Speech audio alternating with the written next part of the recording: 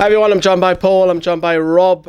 Because the games are coming literally 2 or 3 days, we can't do a big massive preview, so this is just a generic one for you. And so have a great new year as well. Hope 2020 brings you all of your dreams, whatever. Yeah, so happy new year.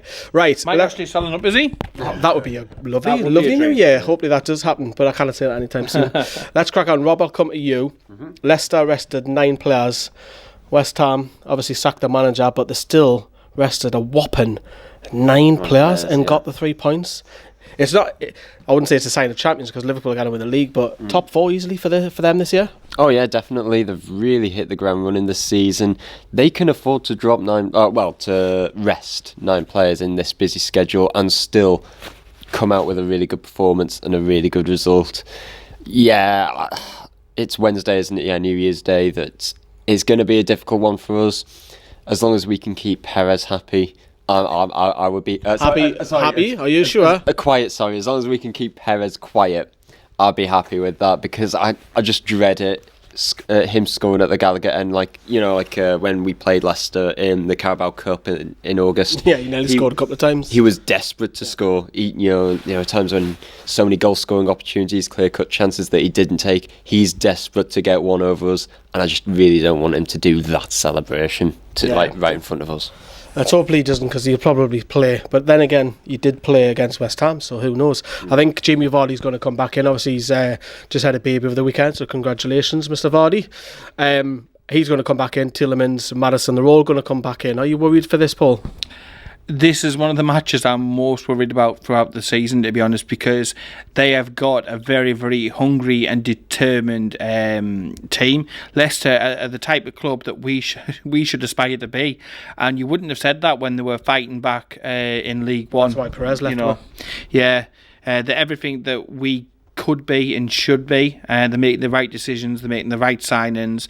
They've got everything to be envious of. I think it's going to be a very, very difficult game. I think they're going to be fresher. They are fighting for a Champions League place. We're just fighting for probably mid-table. I can't really see hand on heart us winning this game. I think a draw is the best that we can hope for, but I do think Jose will play, and I think we need to do a job on him. Yeah, we'll talk about the tune very, very shortly. What do you make of the job that Brendan Rodgers has come in, because he showed great character since I got that in. What do you make of his job? Because I didn't expect Leicester to do this well, because everyone looked at, you can go to Celtic, anyone can win the league at Celtic, but he's come in and I give him credit because he's surprised me, and I like the way they play the football, that he plays to Vardy's strengths. He's realised Vardy's 30, is he 33 now? He's coming up 33. He plays obviously to his strengths because Claude Puel didn't. What do you make of his reign so far? I think those few years that he had at Celtic has really changed him. I think his time at Liverpool, of course, they had that title challenge simply because Suarez and Sturridge just clicked. They were a deadly duo.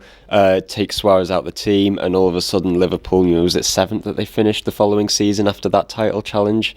I think... Is that a bit unfair on Rodgers though? Because I think it certainly showed his quality and how much Suarez actually improved that squad. So I think take a few years out of the Premier League into the Scottish League, and I think with Celtic, where he's got used to winning week in, week out, where you're a Premier League level team playing amongst League One quality teams. So I think coming back into the Premier League, it's a good team, Leicester. It was a really good level when he came in, and I think thanks to the backing of their board, they're going in the right direction that every football fan would aspire for their club to go in. Okay, let's talk about the tune then. Right, there's injuries. We know Lascelles, we know Ritchie and ASM are long term. Doubts around Clark. Now Fabian Shea might be missing. Joe Linton. 2 questions for you, Paul. I'm going to go 2 up top again. And do we have to play the strongest side available, or do you take the FA Cup more seriously? I think you've got to, because if you don't play the strongest team, I think you could be on the end of a bit of a hiding, to be honest. So whoever is our strongest, fittest team available, I think we've got to go and we've got to play them. So I can see Dwight Gale even potentially getting. I think it'll be the same 2 up top, even if it was Gale. I could see maybe Gale and Carroll as a 2 up top. At the end of the day, you've got to try different combinations. I think it's going to be very difficult for Newcastle to win this game. They are a club with owners who care about the team. They've got a manager who cares about the players and about the team, and a manager who obviously turned down approaches from the likes of Arsenal. He's got a great club there. There's no pressure on him, and he just seems to be walking with a swagger and an air of confidence. And I'm worrying for Newcastle because of the availability of players. It's going to be mixed and matched.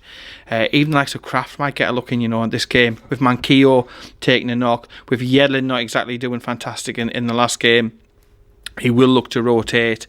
And that, like I say, rotating a defence makes me worried because your team is built on a solid defence. Sam has done a fantastic article over on our website, and he's talking about, is it catching up with us? Are we feeling a bit leggy? Have a look at it, Newcastle Fans TV. There's a link in the description. Some brilliant stuff, articles that Sam is doing, so big shout out to you, Sam, so thank you very much. Rob, what's more important, the Leicester game or having an FA Cup run, getting through past Rochdale? FA Cup run, because a cup run that can last several matches. Leicester, it's understandable that people are treating that as a write-off. Should they be treating it as a write-off though? Well, it's a Premier League game. Well, no, but I think it's we can always use that Rochdale game as a safety net to try and. Is it safety net though? Because you're expecting a rotated side. We'll talk more on Rochdale later on in the week, but you're expecting the likes of Dahl or one of the Longstaffs, if two, maybe Mutu. Well, it's a given that under 23 players will be playing against Rochdale, a full 11, maybe not. But then I think, we'll still give it our all, play the best possible squad that we can against Leicester, but assuming that it does end up as a Leicester win, then we can always look forward to that FA Cup game. Maybe play, if we do lose, maybe play a couple more first team players in there just to try and get that winning feeling, that feel good factor back. It's a difficult one when you've got two games in the FA Cup, because North East clubs are so passionate, and I include Sunderland, Middlesbrough, that love to have an FA Cup run. What Middlesbrough were in Yorkshire? Well, some of us are already in the third round, aren't we? So, give us some score predictions going into Leicester then. I think it's going to be a very, very difficult game. I think it'll be maybe 2-0 Leicester. I can't. My brain says 2-0 Leicester, my heart says, come on, we can get a draw.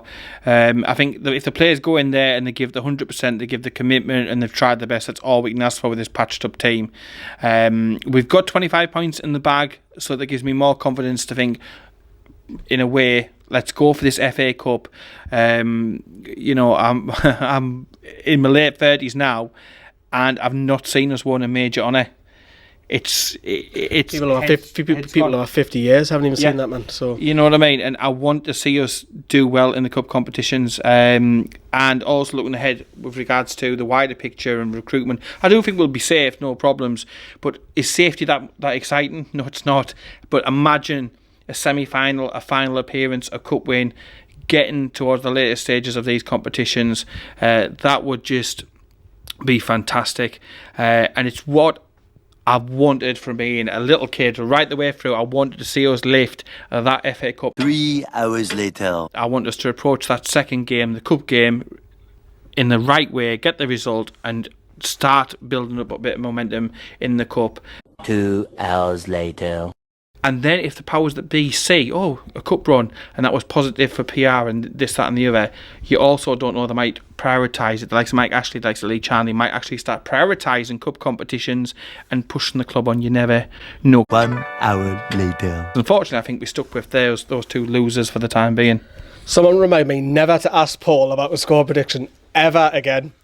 That was about 3 minutes. If you want to check out Paul's videos, he uploads a lot of them onto our Facebook page. And the private group. And the private group as well, fan subscription, so make sure you get joined to that where you say exclusive vids. Rob, hopefully yours isn't as long. What's your score prediction? Okay, 3-0 Leicester. I'm sorry. It's bad. It's bad. But I know I really can't see us. We are leggy. Leicester, they're on the up. They were able to rest 9 players that they can easily bring back in to the first team from their win against West Ham. Yeah, Strength in depth. I'm gonna be positive. I'm going to be positive. Oh, good for you. Because I said on the read, I can't go back on my words. I said it'll be a draw, so I'm going to be optimistic, and it's quite similar to the League Cup fixture. I'm going to say it's 1-1, and then we'll go and beat Rochdale. So I'll be the positive. These two are negative. Let us know. Okay. Because I've been so negative, if we manage to get a draw or a win, I've got to do a dare then. Okay.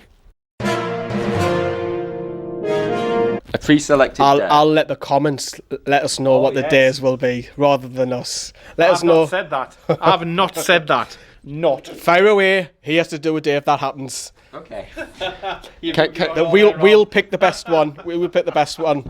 Thank you very much, everybody. Have a good night. Have a happy New Year as well. See you later. Bye bye.